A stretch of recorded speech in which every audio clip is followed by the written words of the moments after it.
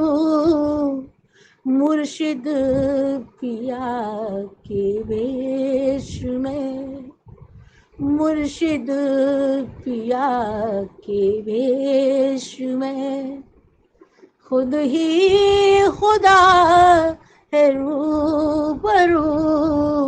मुर्शिद पिया के वेश में, खुद ही खुदा है रूबरू, सजदे में क्यों ना मैं झुकूं। किबला मेरा है रूबरू, काबा मेरा है रूबरू, किबला मेरा है रूबरू, काबा मेरा है रूबरू, पर्दे में वाइज का खुला, पर्दे में वाइज का खुदा, मेरा खुदा है रूबरू, मुर्शिद पिया के भेष में, खुद ही खुदा है रूबरू, सजदे में क्यों ना मैं झुकूं। कौसर छलकता वाइज़ा, तुझको मिलेगा हश्र में। कौसर छलकता वाइज़ा, तुझको मिलेगा हश्र में। मुझ पे करम है पीर का, मुझ पे करम है पीर का, कौसर मिला है रूबरू, मुझ पे करम है पीर का, कौसर मिला है रूबरू, सजदे में क्यों ना मैं झुकूं। मुश्किल कुशाई होती है मुर्शिद पिया की वज़्म में, मुश्किल कुशाई होती है मुर्शिद पिया की वज़्म में, मुर्शिद पिया के भेष में, मुर्शिद पिया के भेष में, मुश्किल कुशा है रूबरू, मुर्शिद पिया के भेष में, मुश्किल कुशा है रूबरू, सजदे में क्यों ना मैं झुकूं। शाने खुदा की देख लो आकर हमारी वज़्म में, शाने खुदा की देख लो आकर हमारी वज़्म में, जिसमें यशरूप का अक्स है, जिसमें यशरूप का अक्स है, वो आईना है रूबरू, जिसमें यशरूप का अक्स है, वो आईना है रूबरू, सजदे में क्यों ना सर झुके। अर्शे बरी पे है खुदा, सजदे करूं मैं किस तरह।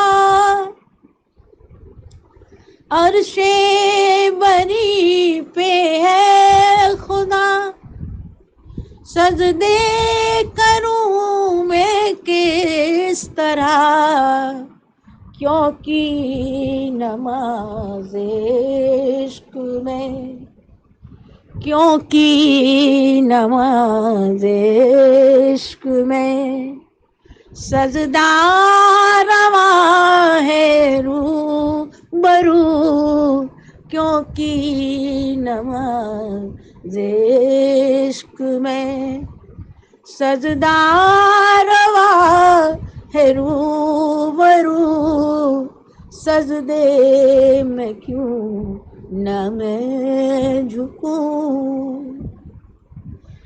मेरी भी नजरें बोल उठी मुर्शिद पिया को देख कर, मेरी भी नजरें बोल उठी मुर्शिद पिया को देख कर, मुर्शिद पिया को देख कर, कोई पिया से क्या गरज, कोई पिया से क्या गरज, मेरा पिया है रूबरू, कोई पिया से क्या गरज, मेरा पिया है रूबरू,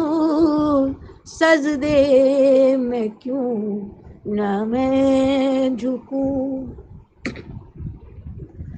बोला तसव्वुर इश्क में मिले खुदा से आज हम, बोला तसव्वुर इश्क में मिले खुदा से आज हम, अर्शे बरी की याद में, अर्शे बरी की याद में बैठा पिया है रूबरू, अर्शे बरी की याद में बैठा पिया है रूबरू, सजदे में क्यों न मैं झुकूं।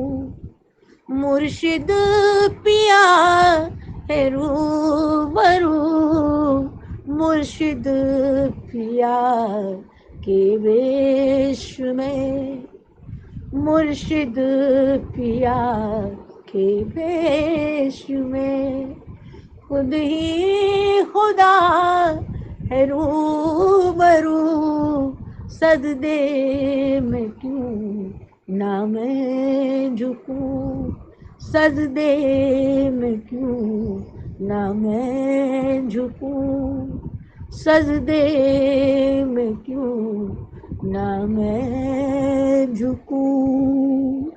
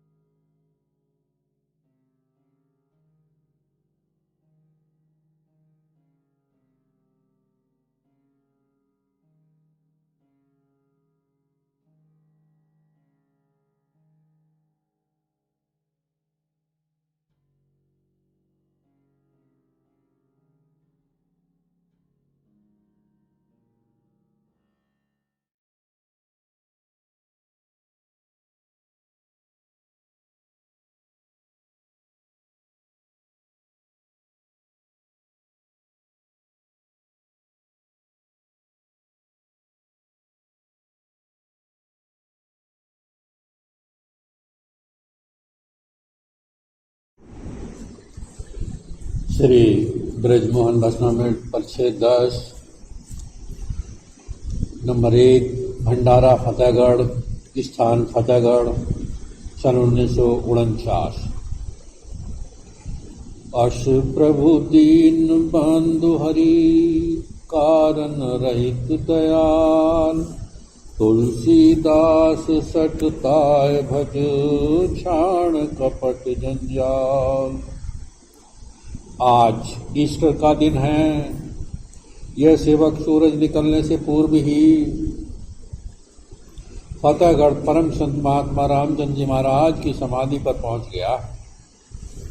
अनेक सत्संगी बंधु आने प्रारंभ हो गए हैं। समाधि शहर के बाहर एक सुंदर बगीचे में स्थित है। समाधि के चारों तरफ आम तथा अमरूद वगैरह के अनेक बाग लगे हुए हैं। चारों तरफ हरियाली विद्यमान है। बड़ा ही शांति में वातावरण चारों ओर फैला हुआ है। समाधि एक छोटे से बगीचे के बीच में स्थित है, जिसके 2 तरफ कमरे बने हुए हैं तथा वाकई हिस्से में बगीचा है।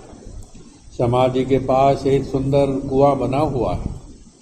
अंदर जाकर मालूम हुआ कि एक प्राइमरी स्कूल भी समाधि पर चलता है, जिसका प्रबंध समाधि के अंतर्गत है।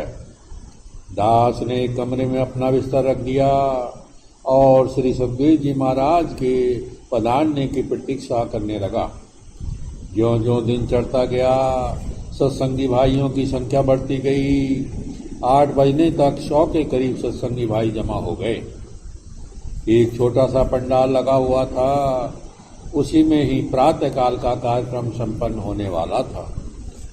निश्चित समय से 5 मिनट पूर्व पूजनीय सद्गुरुदेव जी महाराज अपने कनिष्ठ भ्राता श्रीमान राधा मोहन लाल जी तथा अन्य सत्संगी भाइयों से इस समाधि मंदिर पर पधारे।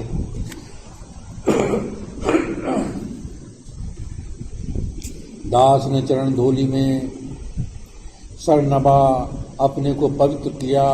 आपके शरीर से कमजोरी जाहिर हो रही थी, लेकिन चेहरे पर एक अपूर्व तेज विद्यमान था।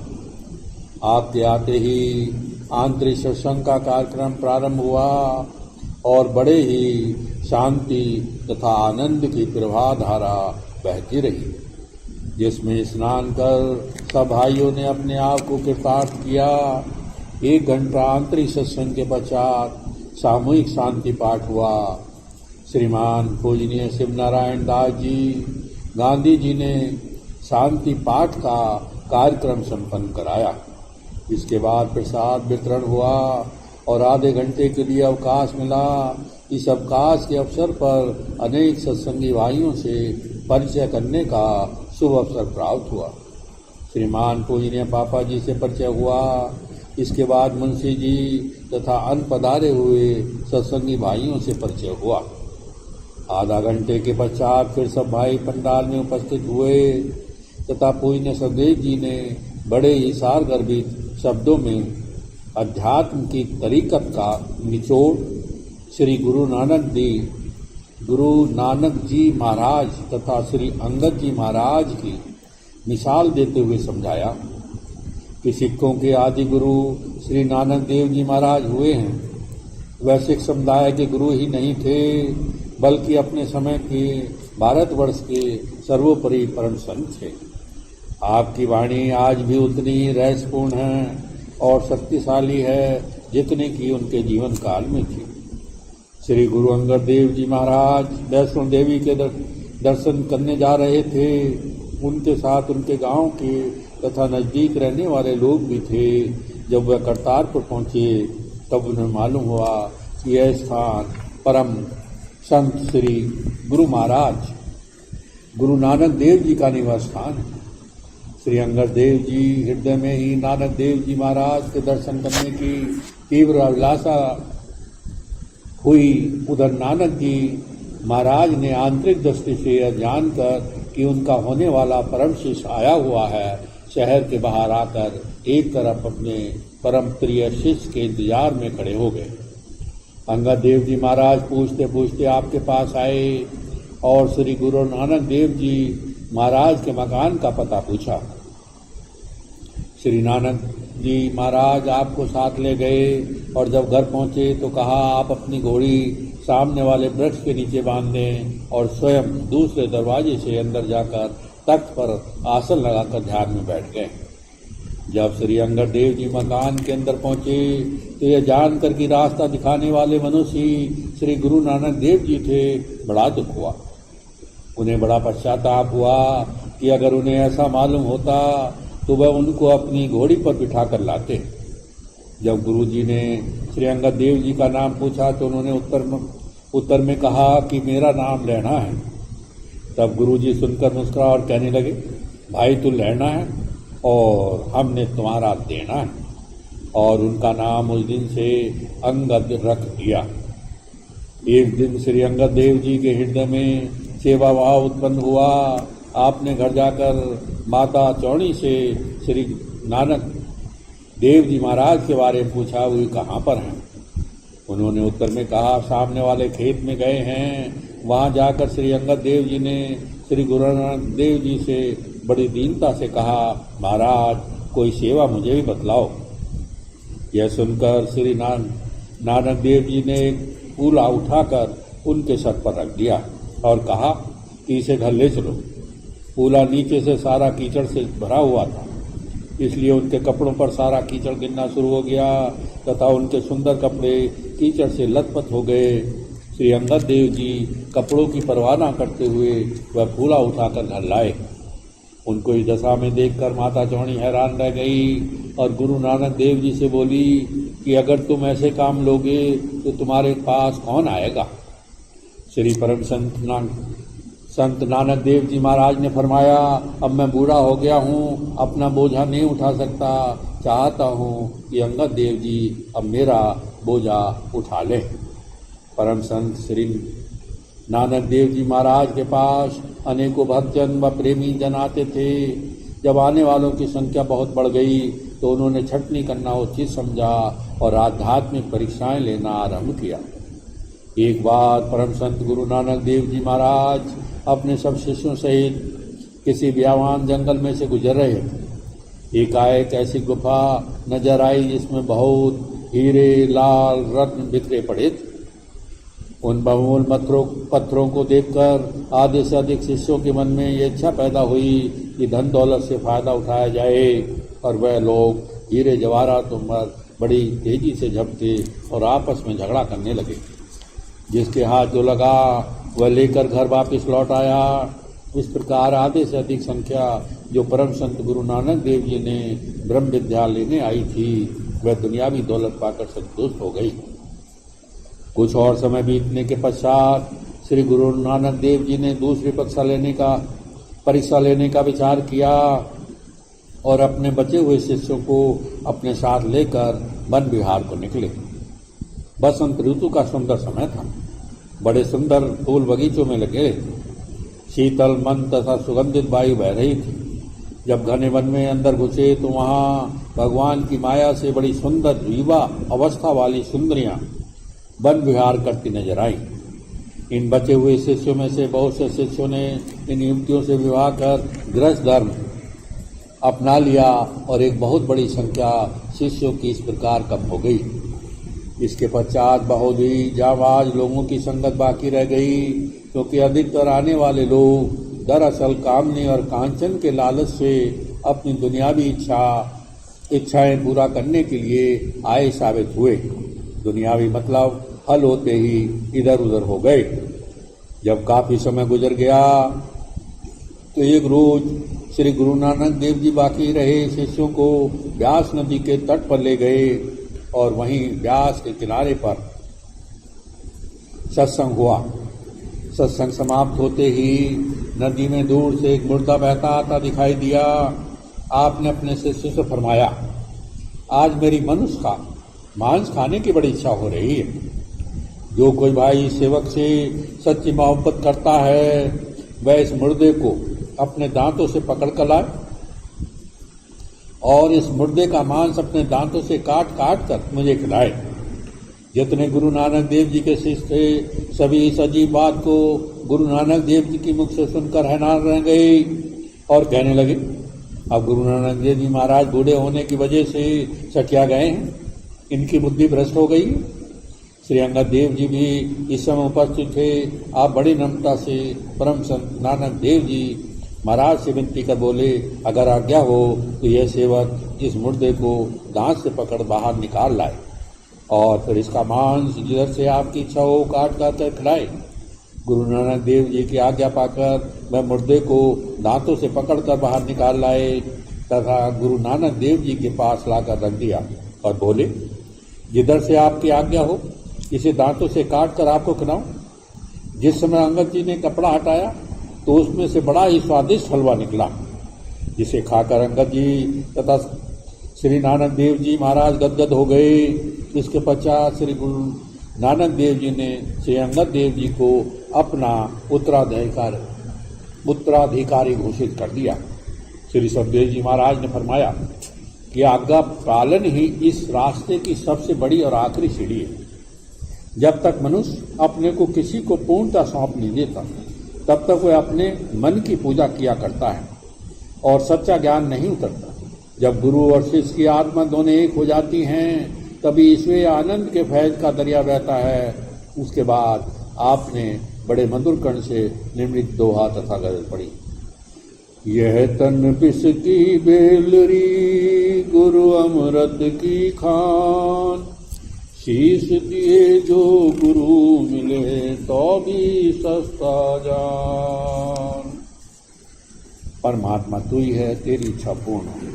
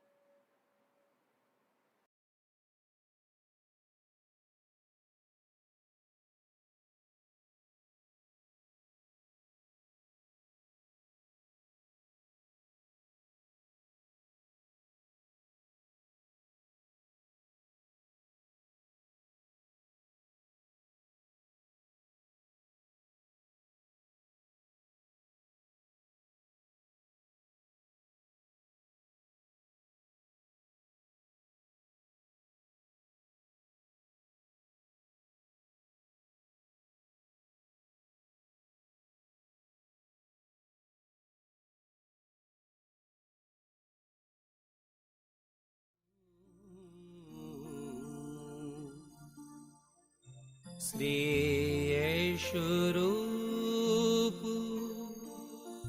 चरणों शरणं जय सद्गुरुदेव जय पद शरणं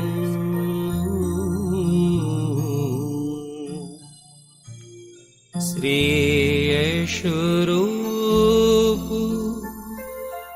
चरणों शरणं जय सद्गुरुदेव जय पद शरणं श्री यशोरूप चरणों शरणं जय सद्गुरुदेव जय पद शरणं श्री यशोरूप चरणों शरणं जय सद्गुरुदेव जय पद शरणं श्री यशोरूप चरणों शरणं जय सद्गुरुदेव जय पद शरणं श्री यशोरूप चरणों शरणं जय सद्गुरुदेव जय पद शरणं श्री यशोरूप चरणों शरणं जय सद्गुरुदेव जय पद शरणं श्री यशोरूप चरणों शरणं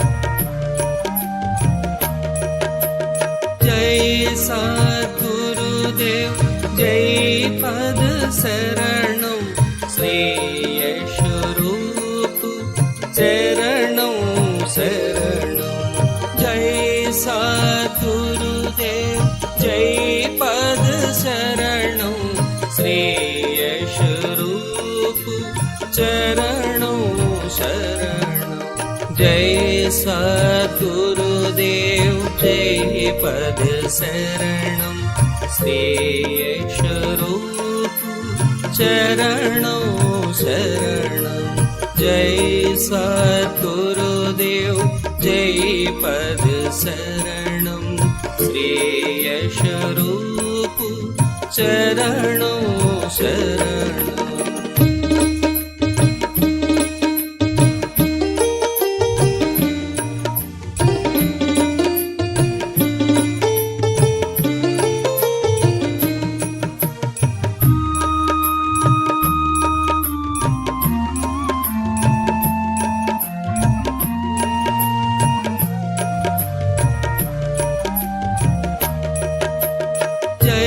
सद्गुरुदेव जय पद शरणं श्री यशोरूप चरणों शरणं जय सद्गुरुदेव जय पद शरणं श्री यशोरूप चरणों शरणं जय सद्गुरुदेव जय पद शरणं श्री यशोरूप चरणों शरणं जय सद्गुरुदेव जय पद शरणं श्री यशोरूप चरणों शरणं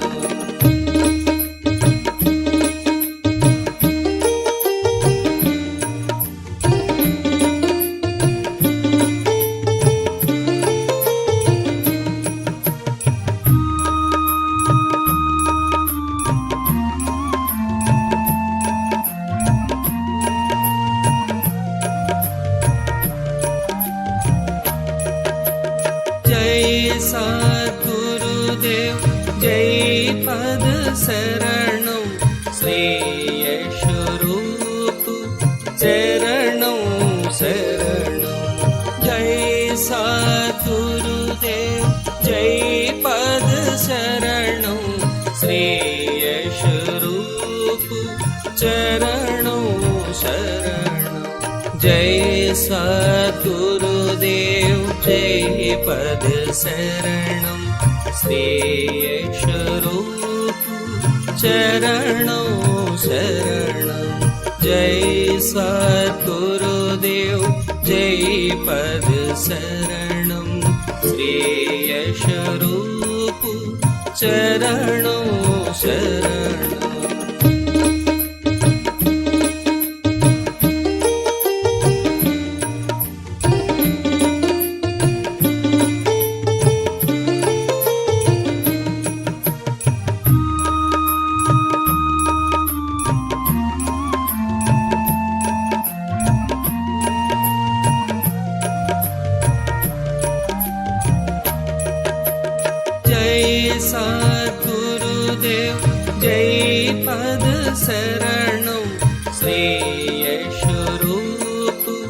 चरणं शरणं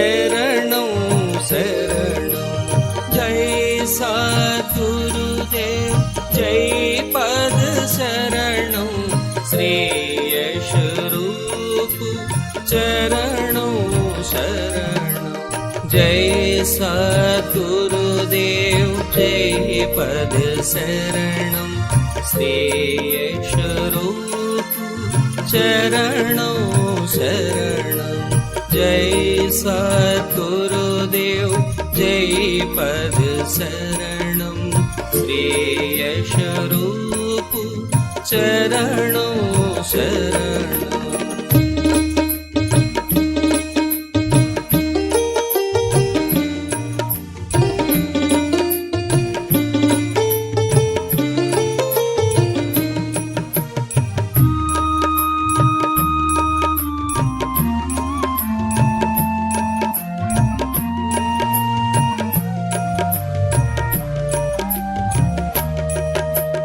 जय सद्गुरुदेव जय पद शरणं श्रेयस्वरूप चरणं शरणं सद्गुरुदेव जय पद शरणं श्रेयस्वरूप चरणं शरणं जय सद्गुरुदेव जय पद शरणं श्रेयस्वरूप चरणं शरणं जय सद्गुरुदेव जय पद शरणं श्रेयस्वरूप चरणं शरणं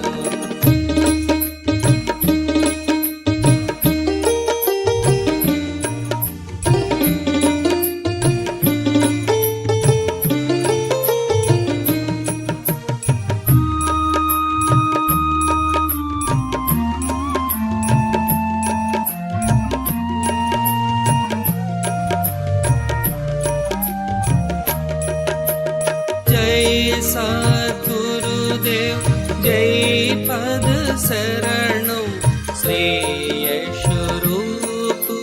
चरणं शरणं सद्गुरुदेव जय पद शरणं श्रेयस्वरूप चरणं शरणं जय सद्गुरुदेव जय पद शरणं श्रेयस्वरूप चरणं शरणं जय सद्गुरुदेव जय पद शरणं श्रेयस्वरूप चरणं शरणं जय सद्गुरुदेव जय पद शरणं श्रेयस्वरूप चरणं शरणं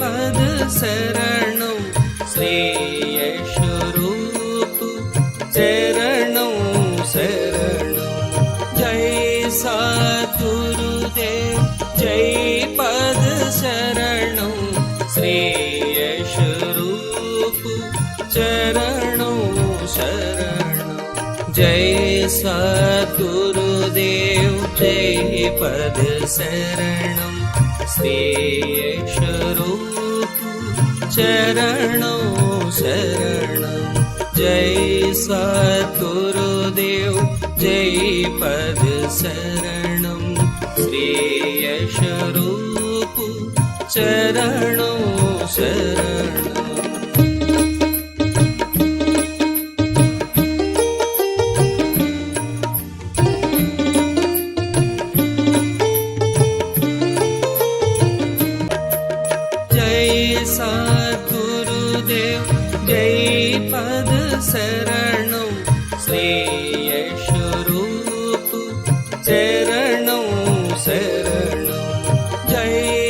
सद्गुरुदेव जय पद शरणं श्रेयस्वरूप चरणं शरणं जय सद्गुरुदेव जय पद शरणं श्रेयस्वरूप चरणं शरणं जय सद्गुरुदेव जय पद शरणं श्रेयस्वरूप चरणं शरणं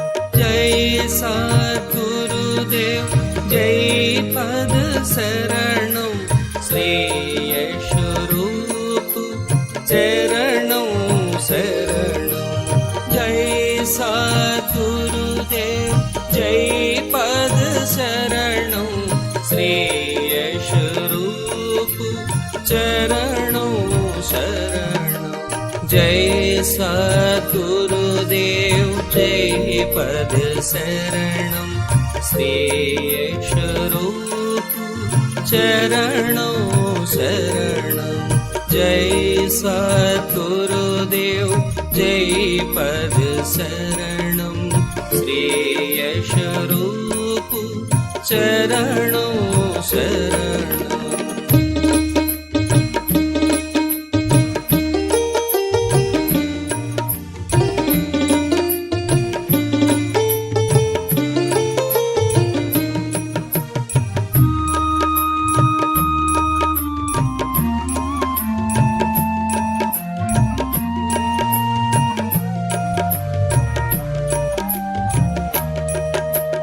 जय सद्गुरुदेव जय पद शरणं श्रेयस्वरूप चरणं शरणं सद्गुरुदेव जय पद शरणं श्रेयस्वरूप चरणं शरणं जय सद्गुरुदेव जय पद शरणं श्रेयस्वरूप चरणं शरणं जय सद्गुरुदेव जय पद शरणं श्रेयस्वरूप चरणं शरणं जय सद्गुरुदेव जय पद शरणं श्रेयस्वरूप चरणं शरणं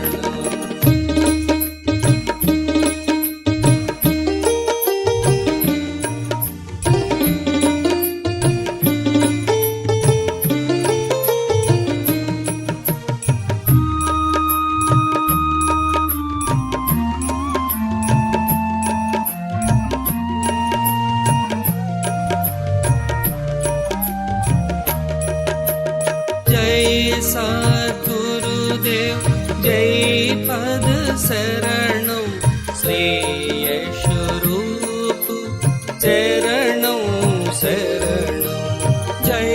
सद्गुरुदेव जय पद शरणं श्री यश रूप चरणों शरणं जय सद्गुरुदेव जय पद शरणं श्री यश रूप चरणों शरणं जय सद्गुरुदेव जय पद शरणं श्री यश रूप चरणों शरणं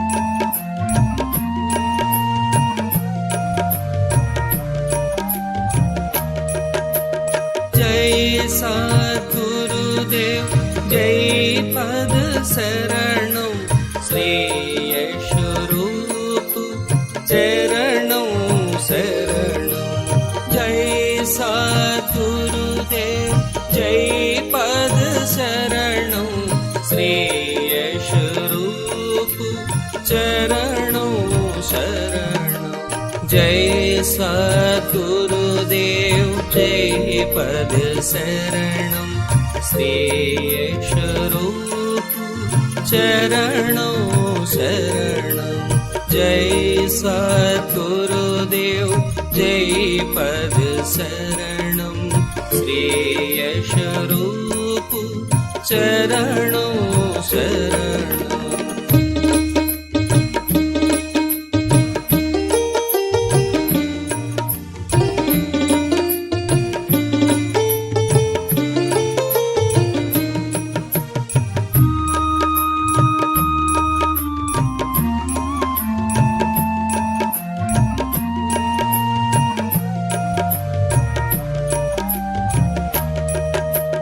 जय सद्गुरुदेव जय पद शरणं श्री यश रूप चरणों शरणं सद्गुरुदेव जय पद शरणं श्री यश रूप चरणों शरणं जय सद्गुरुदेव जय पद शरणं श्री यश रूप चरणों शरणं जय सद्गुरुदेव जय पद शरणं श्री यश रूप चरणों शरणं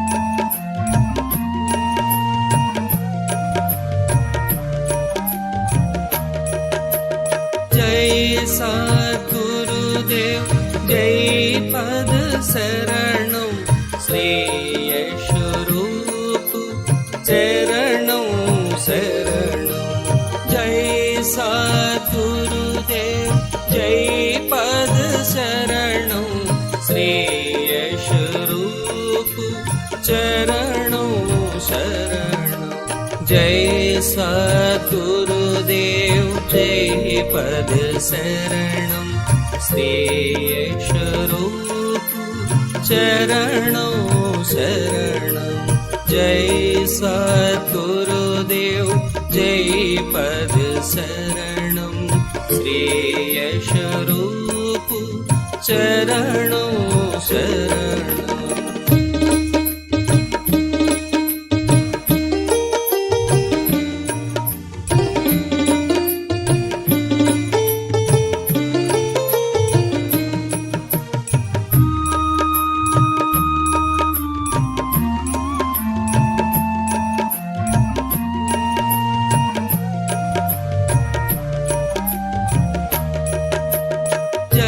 सद्गुरुदेव जय पद शरणं